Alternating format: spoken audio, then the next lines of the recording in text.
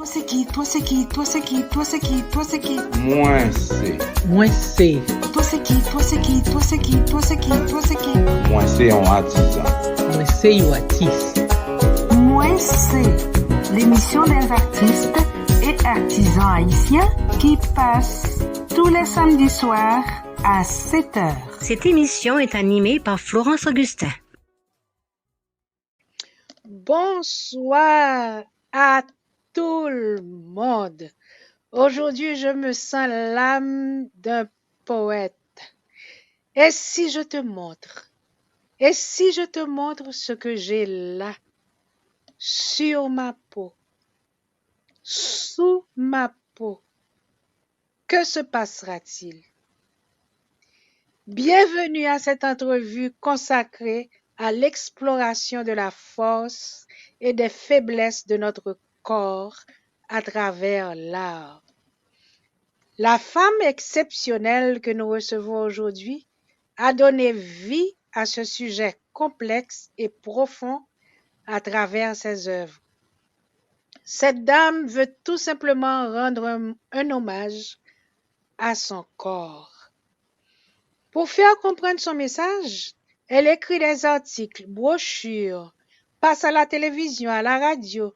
Elle effectue beaucoup de recherches, diffusion d'informations, chroniques et articles. Elle secoue les médias sociaux, Internet. Elle s'affirme au théâtre et en poésie. Et j'en passe. Une entrevue riche en nuances et en émotions qui vous permettra de vous découvrir aujourd'hui. Je vous invite à mettre un pouce levé, partager le lien pour nous, abonnez-vous sur notre chaîne YouTube, sur la page Facebook Moi c'est, surveillez nos annonces sur TikTok.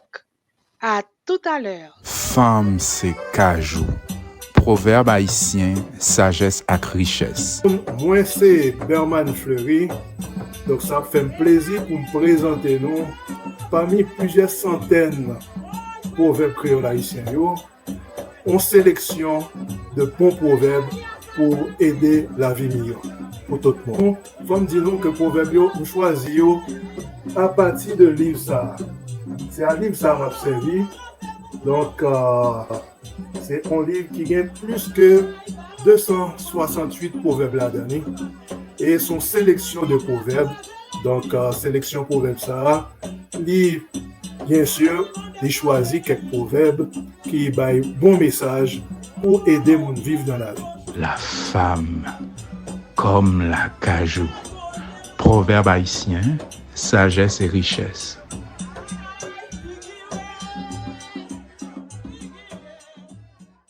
Bonsoir, notre invité. Alors, qui mounouye?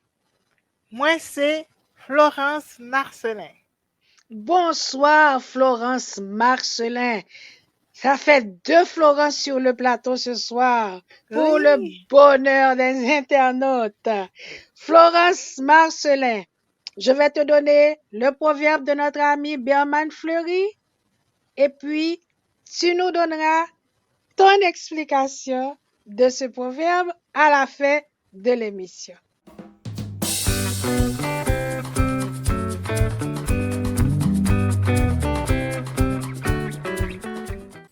Parler français, pas dit l'esprit. Florence, as-tu entendu le proverbe? Parler français, pas dit l'esprit. Parler français, pas dit l'esprit. Merci à Berman Fleury. Nous reviendrons au proverbe à la fin de l'émission.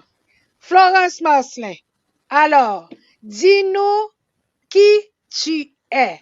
Qu'est-ce que tu as étudié? On te voit partout dans les médias, mais pour les internautes aujourd'hui, dis-nous encore ta formation, ce que tu as étudié, etc. C'est moi, Florence Marcelin. Je suis artiste, poète, je fais du théâtre, je suis dans l'art littéraire. J'ai étudié les communications en relations publiques et maintenant j'explore l'art à travers les mots. Oui. Mais tu fais rétention d'informations, Florence. Tu fais rétention d'informations. Parce que je sais que tu as travaillé dans un mouvement communautaire à Rivière-des-Prairies. Hmm? Oui, j'y travaille maintenant. Jusqu'à ce moment? OK. Tu as développé tes expériences, de nombreuses compétences en communication interne et externe. Maintenant, quand on est professionnel de la communication, comme toi, ça veut dire quoi exactement? Ben, ça veut dire qu'on est spécialiste dans la communication, l'information, la diffusion. C'est aussi le visuel, donc tout ce qui est le paraître pour présenter, pour pouvoir démontrer des choses ou des artistes ou des situations. Par exemple, parle-nous de ta collaboration à l'émission de variété Les Trois Mousquetaires à la télévision de Radio-Canada. Ah, j'étais assistante recherchiste, c'était très bien. J'ai passé là-bas 3 bonnes années et c'est ce qui m'a qui m'a donné envie de continuer mes études en communication et obtenir mon bac. Mais dis-moi, j'ai oublié de te poser une question. Tu es né ici ou bien en Haïti? Je suis née ici, oui. Donc, tu ne connais pas Haïti du tout? Un peu, je connais un peu Haïti. Mon père vient d'Ansavo, ma mère vient de Port-au-Prince à Carrefourfeuille. Ok, donc tu as déjà visité Haïti? Oui, 2 fois. Nous continuons ton périple. Tu t'es impliqué dans plusieurs organisations artistiques. Parle-nous de ces expériences. Par exemple, j'ai Tangente, j'ai Vue d'Afrique. Parle-nous un peu de ces expériences que tu as vécues. Ah, ben, ces expériences-là, c'était plus en communication. J'ai été adjointe en communication à Tangente et j'ai passé là-bas quelques mois, oui, à tout ce qui est artiste par rapport à la danse contemporaine. Et ben, c'est sûr que depuis que ça parle d'art, je suis là, je suis motivée, je suis captivée. Et j'ai beaucoup aimé mon expérience là-bas. En Vue d'Afrique, c'était plus le cinéma. Donc, j'ai été aussi agente d'information là-bas. Et donc, je faisais tout ce qui était le lien avec les artistes et les écoles pour des ateliers scolaires. Donc, c'était très bien. Tu as aussi coordonné plusieurs projets, dont un jeu de meurtre et mystère. Oui, ça, c'était dans mon passage à la CJE de Dorval. Donc, il fallait faire des activités pour pouvoir présenter la ville, pour pouvoir présenter Dorval. Donc, on avait eu l'idée de faire un jeu de meurtre et mystère pour que les gens puissent découvrir la ville de Dorval. Et comment le public a accueilli tout ça? Ah, c'était bien. Les gens trouvaient ça original parce que c'était un peu historique. Ça venait de l'histoire même de Dorval. Et donc, les gens ont embarqué complètement et se sont laissés emporter par, par l'histoire de Dorval et, comment je te dire, l'héritage que ça l'a laissé. Puis, ils étaient vraiment emballés. C'était la première fois que ça se passait à l'extérieur. Dorval, c'est bien, c'est proche de l'eau. Donc, c'était durant l'été. C'était vraiment bien. C'était tous des jeunes et les gens étaient contents de voir des jeunes en action qui faisaient quelque chose de positif. Donc, c'était comme une pièce de théâtre, c'est ça? Oui, comme une pièce de théâtre qu'on a montée. Les gens pouvaient... mais c'était comme une pièce de théâtre interactive. Donc, les gens aussi embarquaient dans la pièce. Magnifique. Donc, pour chacune de tes réalisations, tu conjugues théâtre, poésie, rythme, rime, chanson et danse. Tu as parlé de danse. Tu es danseuse aussi? Non, pas du tout. Je suis pas danseuse. J'aime bien la danse, mais moi, je suis pas danseuse. Mais par contre, j'aime impliquer des danseurs ou des danseuses dans mes projets. Je l'ai pas fait dans les derniers projets que j'ai faits, mais c'était plus par une question de, comment je te dire, pour les lieux, pour les stas. Donc, c'est pour ça que j'ai pas impliqué de danseurs, mais oui, j'aime bien impliquer aussi la danse. Tu travailles avec des jeunes de quel âge? Ah ben, toutes sortes d'âges. Là, ça fait un petit bout que j'ai pas travaillé avec des jeunes. Mais en fait, là, je collabore avec deux jeunes, on peut dire, mais deux jeunes dames. Parle-nous maintenant de vision sur l'art. Ah, Vision sur l'art, c'est un projet qui me tient beaucoup à ben, pas un projet, c'est un organisme qui me tient beaucoup à cœur. C'est un organisme pour les artistes de la diversité capacitaire. Donc, diversité capacitaire, ça veut dire que ça inclut les personnes handicapées, donc moteurs et tout ça, mais aussi ça inclut les aveugles, et les sourds, et puis ben, tous les sortes d'handicap. Mais étant donné que c'est pas tous qui se considèrent comme des personnes handicapées, comme les aveugles et les sourds. Donc, avec le terme diversité capacitaire, là, on peut les inclure. Et c'est des artistes de la diversité capacitaire et neurodivergente. Donc, neurodivergente, c'est tous les artistes qui ont des problèmes neuroatypiques, donc qui sont reliés au cerveau, comme par exemple l'autisme ou les autres cas semblables. Quel genre d'activité peut-on avoir avec un aveugle, par exemple? En fait, c'est le même genre d'activité, sauf que pour pouvoir que les autres puissent participer, on leur rend accessible. Donc, par exemple, une exposition, au lieu d'avoir des œuvres que personne ne peut toucher, c'est des œuvres tactiles, par exemple, ou bien on peut mettre des audios, mais de l'audio pour que les gens puissent entendre. Ben, qu'on puisse décrire l'audio description pour que les gens puissent décrire les œuvres et aussi avoir un peu de braille en dessous des descriptions. Parce qu'on voit souvent qu'il y a des descriptions qu'on peut lire, comme par exemple si c'est une de tes œuvres, Florence, on peut voir Florence Augustin qui a travaillé sur telle œuvre, c'est telle signification et tout ça. Donc, pour les aveugles, on met du braille pour qu'ils puissent toucher et lire la description de l'œuvre. Tu crois que Montréal est ouverte vraiment à tous ces gens qui sont à capacité réduite? En fait, c'est pas évident. On peut dire que les gens sont ouverts, mais c'est pas évident. C'est pas facile de pouvoir penser inclusion, mais de plus en plus ça se fait. Et je crois que c'est un travail acharné de plus de 30 ans. Quel genre d'activité peux-tu avoir avec un malentendant? OK, ben c'est aussi les mêmes activités, sauf qu'on rend aussi ça accessible ou bien on adapte l'activité. Par exemple, avec des sourds, qu'est-ce qu'on peut faire? C'est avoir des interprètes LSQ. Donc, c'est la langue québécoise, la langue des sourds québécois. Il y a aussi la LSA, oui, la langue des signes. Des signes? Oui. Il y a aussi la LSA, ça c'est plus en anglais. Sinon, on peut mettre aussi des sous-titrages, mais c'est préférable d'avoir des interprètes LSQ.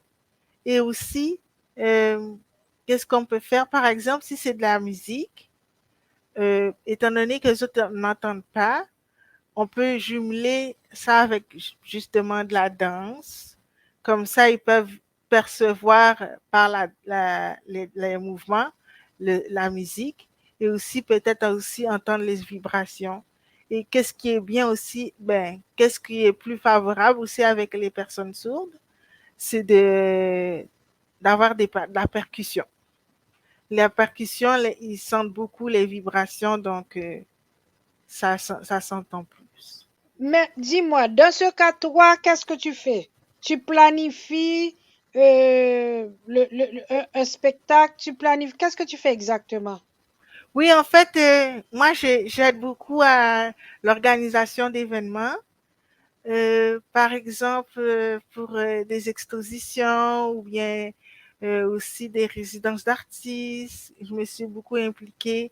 Je me suis aussi impliquée aussi pour la réalisation d'un opéra pour, qui a été fait avec des personnes aveugles et, ou bien mal ou peu voyants. Donc, c'est ça, je les aide, je les accompagne pour que ça puisse se réaliser. Sinon, ben, je fais aussi beaucoup de démarches pour que ça puisse se faire, mais la plupart du temps, ça part des artistes eux-mêmes et moi, je fais juste les assister. C'est très bien. C'est un travail énorme. Je suppose que tu as une bonne équipe avec toi.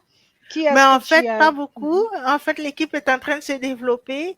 Mais oui, les peu qui sont là, ils sont très bien. Que tu as parlé d'opéra tout à l'heure, donc il y avait un professeur de chant. Mais en fait, c'est une jeune artiste qui s'appelle Valérie Poisson, qui est une opéra de soprano. Et elle a initié le théâtre à l'opéra de Trois-Rivières.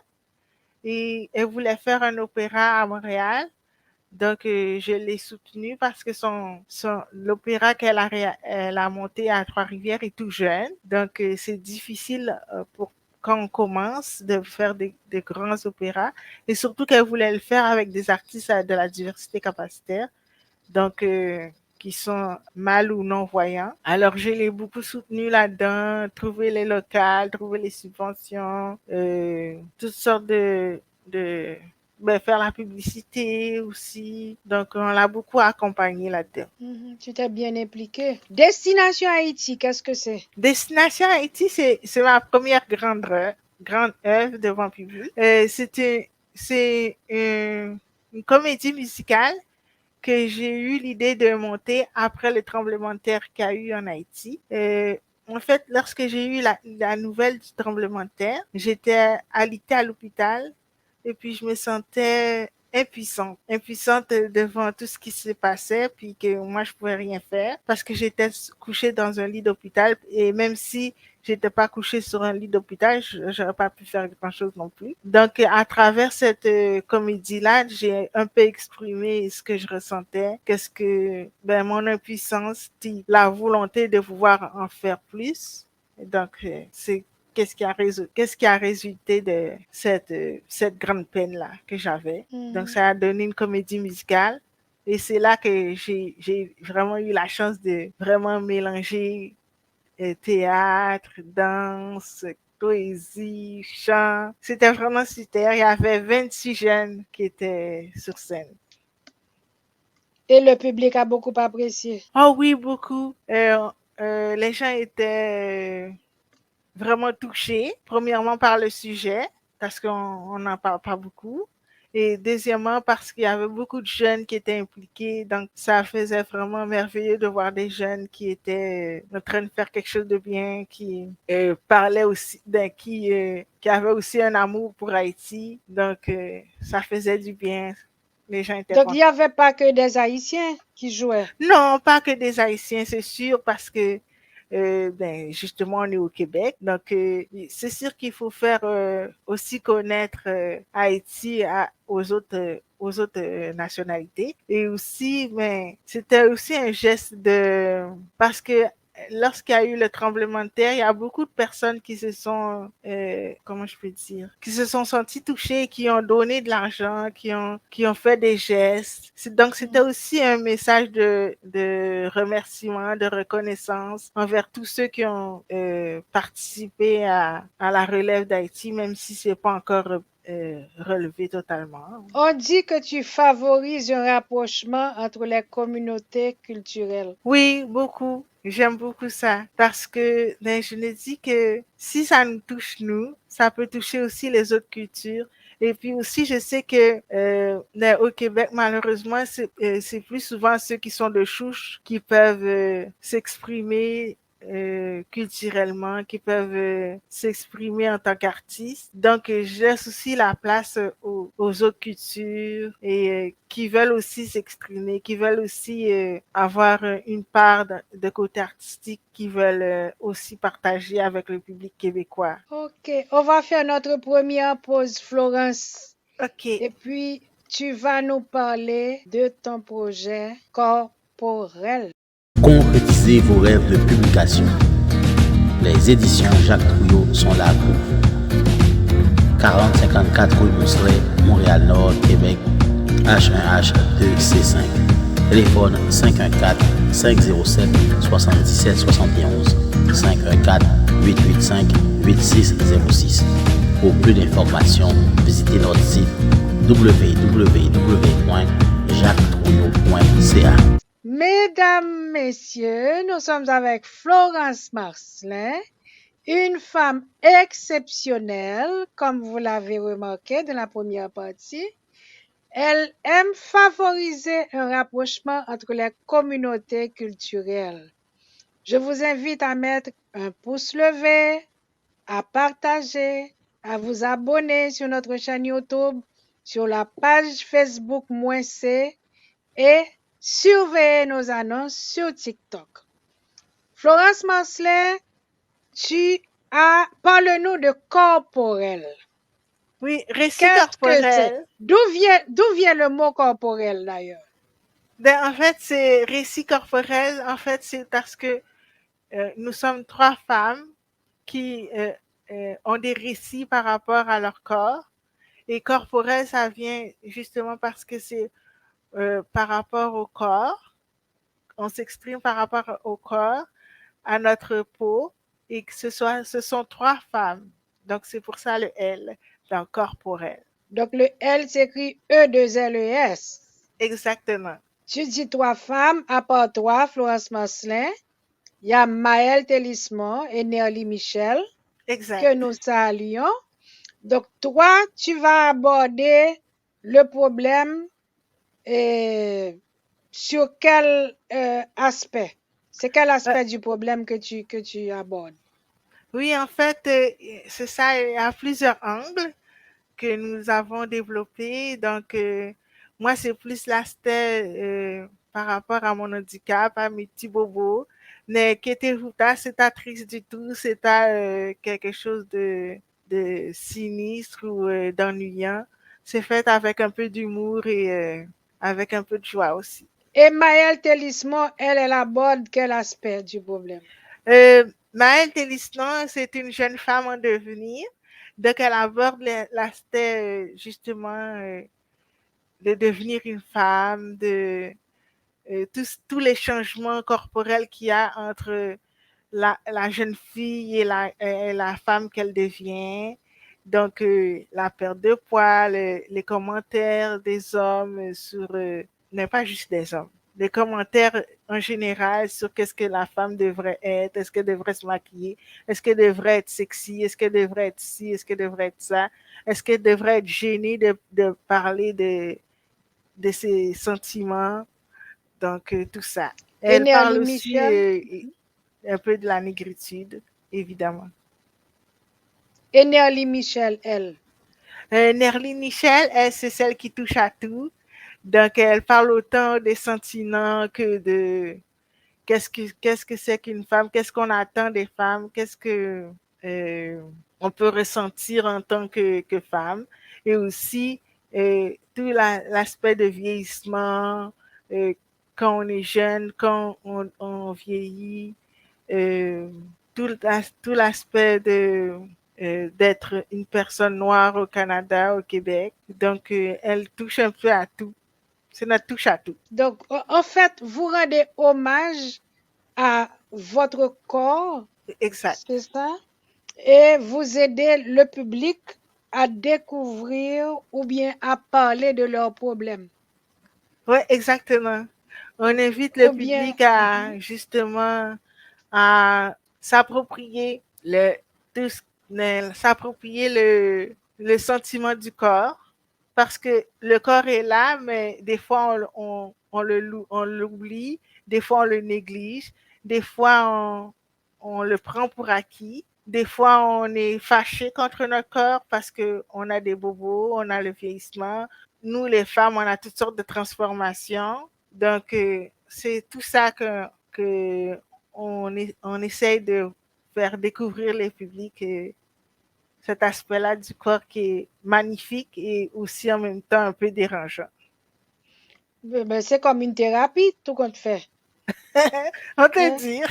Maintenant, vous aviez commencé par en faire un spectacle, ok? Un spectacle avec des textes poétiques.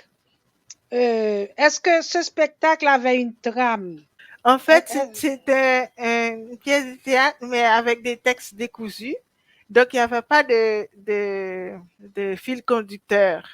C'était ok. vraiment plus des récits par-ci, par-là, qui faisaient état du corps et aussi de la femme.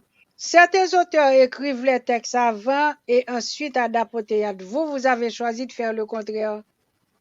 Pourquoi? Oui, mais en fait, on a vraiment écrit les textes pour le faire le théâtre. Et après avoir fait le théâtre, on s'est dit, pourquoi pas en faire un recueil? Donc, c'est de la pièce de théâtre que le recueil est venu.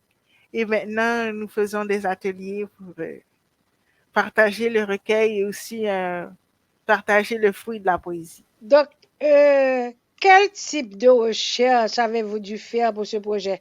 Parce que je suppose que vous ne parlez pas de vous seulement, de votre expérience personnelle. OK? Toi, par exemple, quel type de recherche as-tu fait pour ce projet? Mais en fait, c'est toutes les recherches par rapport, justement, parce que la femme, elle vit toutes sortes de transformations, mais aussi l'homme en général, ben, l'humain en général, s'adapte à toutes les situations. Donc, c'est un peu dans ce sens-là que j'ai fait mes recherches sur l'adaptation de l'homme, parce que à chaque situation, l'homme finit par s'adapter. Par exemple, si la personne vieillit, ben, elle finit par s'adapter avec ses douleurs, avec ses boitements, par exemple. Moi, par exemple, je boite de la jambe gauche. Donc, on finit par s'adapter. Et donc, c'est un peu dans ce sens-là que moi, mes recherches ont porté. Je sais qu'Enerly, elle a fait aussi beaucoup de recherches sur l'intergénérationnel, mais aussi l'interculturel, parce qu'elle aborde aussi comment est-ce qu'on peut dire, les couples interraciales. Donc, elle a fait beaucoup de recherches sur ça. Mais elle, on peut dire que c'est des recherches plus sur l'histoire de la femme noire, la fierté, qu'on peut en ressortir, qu'est-ce qu'on peut avoir comme espoir pour la femme noire. Justement, j'allais te poser la question. Tu as présenté l'aspect de chacun de vous, de vous trois, mais à chaque fois, tu parlais de la couleur de la peau. Est-ce que ce thème revient à chaque fois pour vous trois? C'est revenu pour... moi, je ne l'ai pas abordé, j'avoue que je ne l'ai pas abordé cette fois-ci, parce que dans le passé, on m'a beaucoup reproché d'en parler beaucoup. Alors, je me suis dit, cette fois-ci, je vais le laisser de côté. Et les filles, elles en ont parlé instinctivement. Donc, je me suis dit, bon, ça veut dire que ça devait être fait. La couleur de la peau est ressortie, ouais. Mais pourquoi dis-tu cette fois-ci? Quand est-ce que tu en as parlé avant? Ah, mais dans d'autres projets, comme par exemple, même dans mon travail à Radio-Canada, en tant que euh, euh, assistante recherchiste, j'en parlais beaucoup parce que, ben, premièrement, j'étais la seule noire sur le plateau. Et il y a beaucoup de choses qui se vivaient à cette époque-là par rapport aux couleurs de la peau. Il y avait certains artistes qui commençaient à se faire connaître, euh, ben, d'origine afrodescendante. Donc, Donc, quand tu dis cette époque-là, c'était à peu près à quelle année? c'était à peu près ben, en début 2000. Oh, mais bon, pas vraiment. Une génération, disons. Oui. Mhm. Maintenant, à travers les récits corporels, quel message ou bien quelle émotion espérez-vous, vous trois, même si les autres ne sont pas là, mais je sais que le travail a été commun, quelle émotion espérez-vous que les lecteurs retiennent du livre?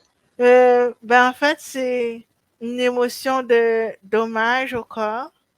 Euh, c'est surtout de ne pas prendre son corps pour acquis. Parce que souvent, on remarque pas, mais on est pratiquement des super-héros. Parce que chaque chose qu'on fait avec notre corps, on le fait jusqu'au bout. Par exemple, il y en a beaucoup qui courent jusqu'à être, à en perdre leur souffle. Il y en a beaucoup que, je sais pas moi, ils travaillent fort manuellement, mais ils le font quand même chaque jour. Euh, donc, on va toujours jusqu'au bout avec notre corps, mais on se rend pas compte qu'on lui demande beaucoup, et que nous, on lui rend peu. Donc, c'est cette émotion-là qu'on voulait que les gens puissent ressortir parce que même si on vit des changements, même si on vit des situations des fois qui sont douloureuses, si on peut dire, ou bien euh, qui sont hors de notre portée, mais notre corps est toujours là pour nous supporter. Donc, c'est cette émotion-là qu'on voulait faire ressortir. Florence Marcelin, est-ce que tu peux nous lire un des poèmes du livre?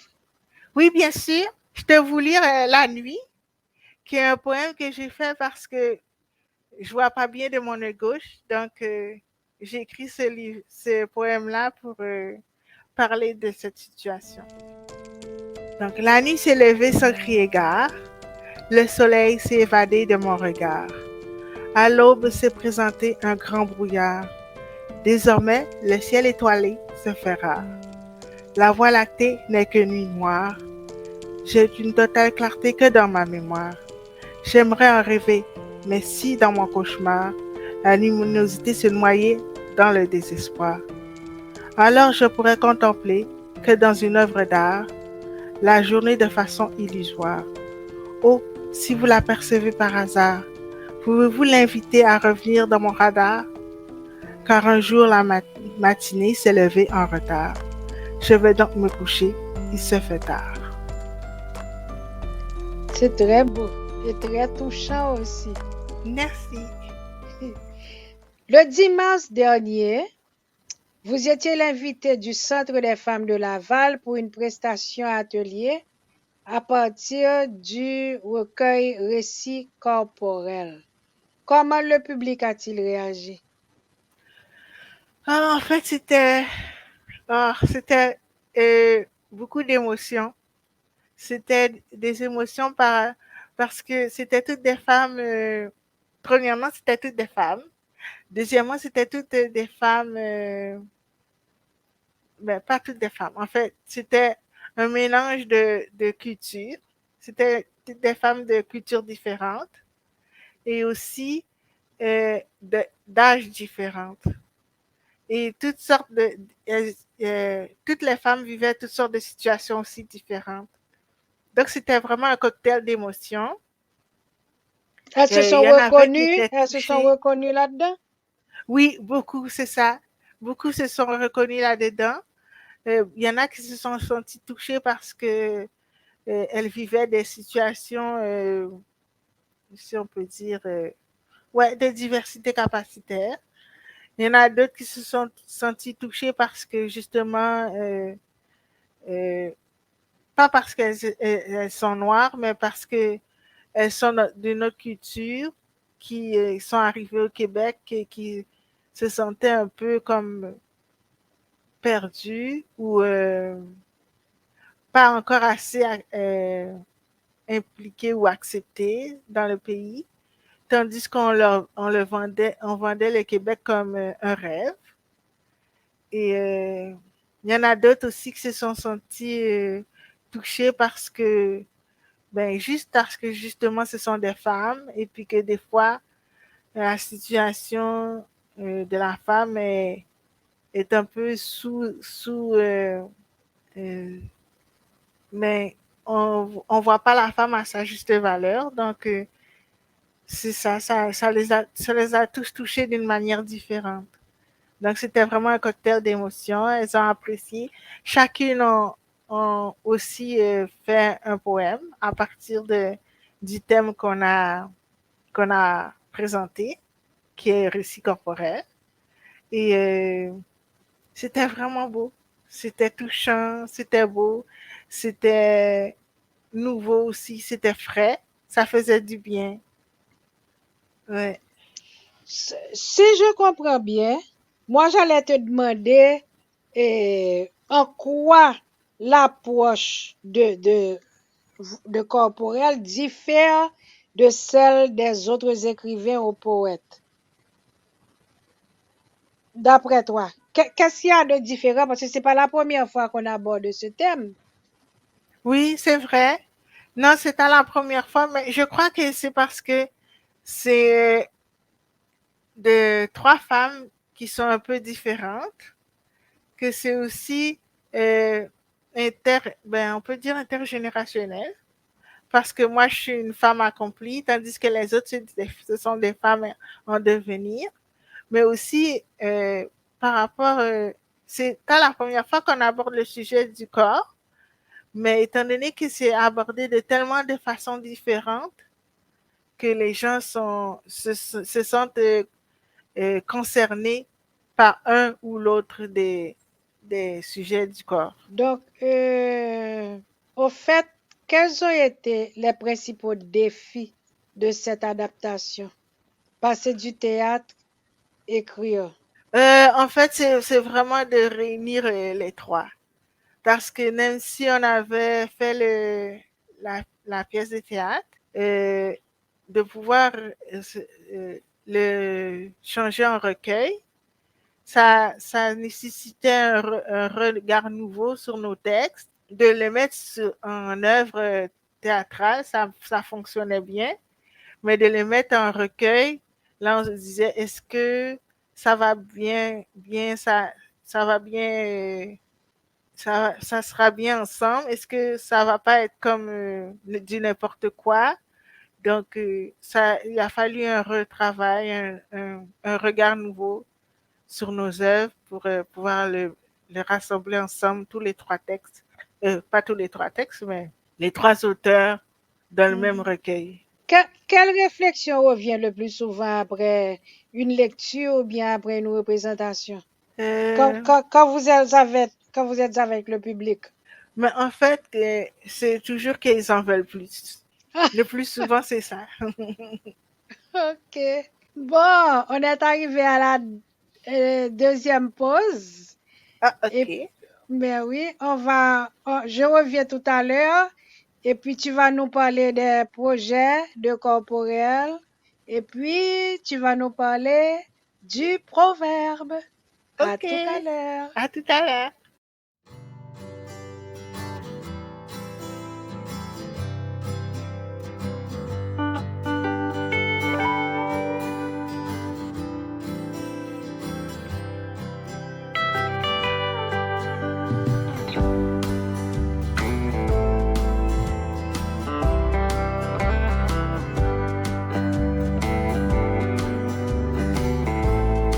Nous sommes des gens passionnés des beautés que la nature nous offre, des parfums, des couleurs et de la splendeur des éléments avec lesquels nous travaillons au quotidien. Pour vos commandes en ligne, atelierfloral@videotron.ca ou encore www.suzannesavard.com. Par téléphone 450 505 6650 avec votre fleuriste Michel Castera.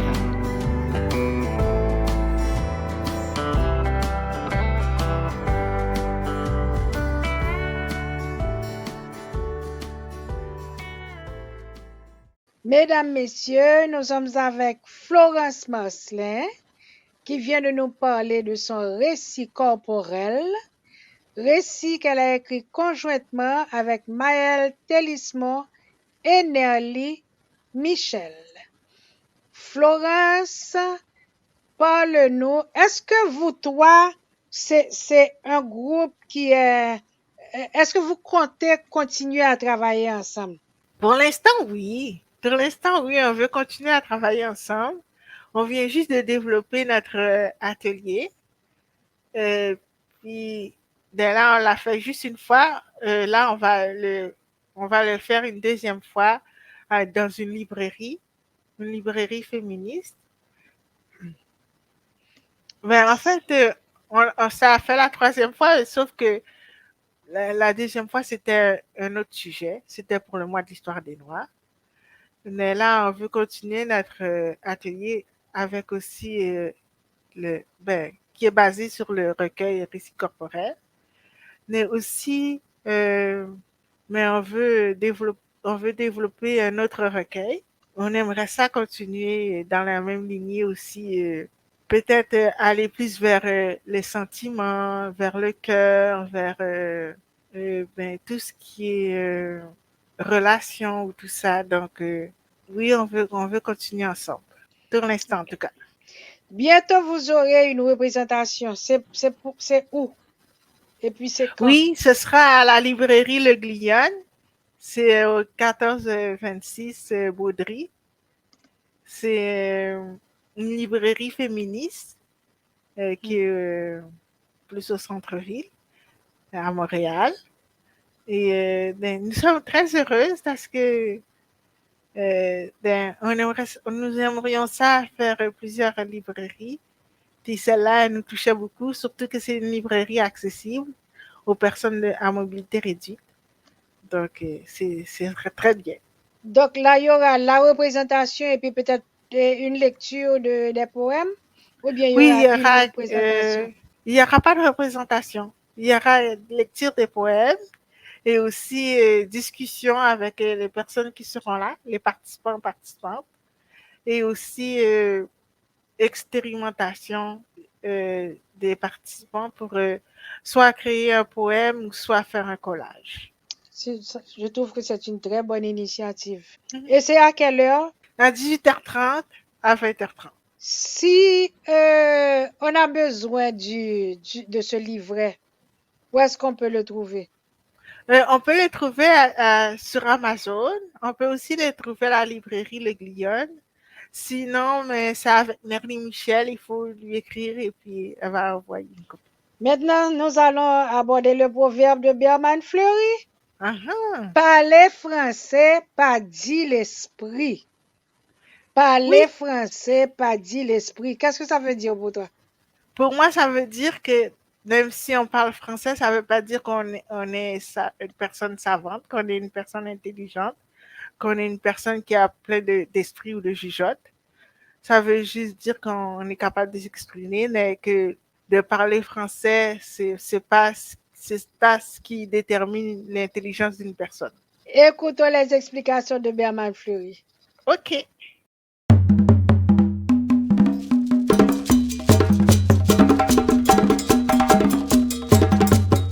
Parler français, pas dit l'esprit. Parler français n'est pas preuve de grande intelligence.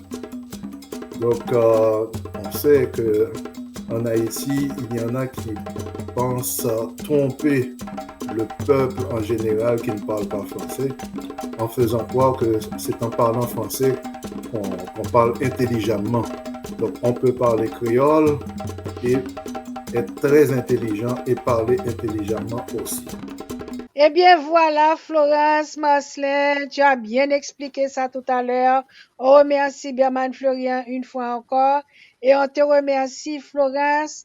Je vais rappeler aux internautes que le livre est disponible sur Amazon et on écrit à Nerly pour l'avoir aussi. Tu peux me donner l'adresse? Oui, c'est Nerly M. Nerly, N-E-R-L-Y, la lettre M, 22 @gmail.com. Sinon, à la librairie Le Glion aussi. Merci beaucoup, Florence. Je suis sûre qu'il y a des femmes qui se présenteront à cette lecture des poèmes. Mais nous allons préciser, tu l'as mentionné au début de l'émission, qu'il n'y aura pas que des pleurs, il y aura aussi du rire. Exactement. Donc, on vous attend le 7 juin prochain à la librairie Le Glion, 18h30 à 20h30 sur 1426 Baudry. Merci pour ce moment que nous avons passé ensemble. Et puis, nous allons faire l'impossible pour être là pour la lecture des poèmes. Merci beaucoup, Florence Augustin, de m'avoir reçu. Et tout le collectif te remercie aussi. Fleurs Caraïbes. Hôtel, restaurant. Plus besoin de voyager pour savourer la cuisine haïtienne, ses saveurs ensoleillées dans une ambiance tropicale. Brunch tous les dimanches de 9h à 13h.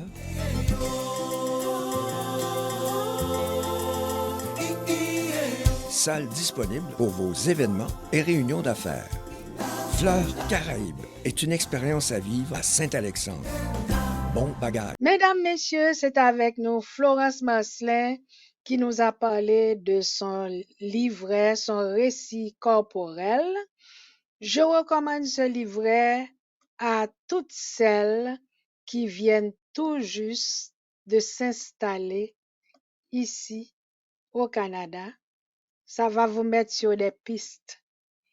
Je vous laisse. Je vous dis à samedi de la semaine prochaine pour une nouvelle émission. Moi, c'est...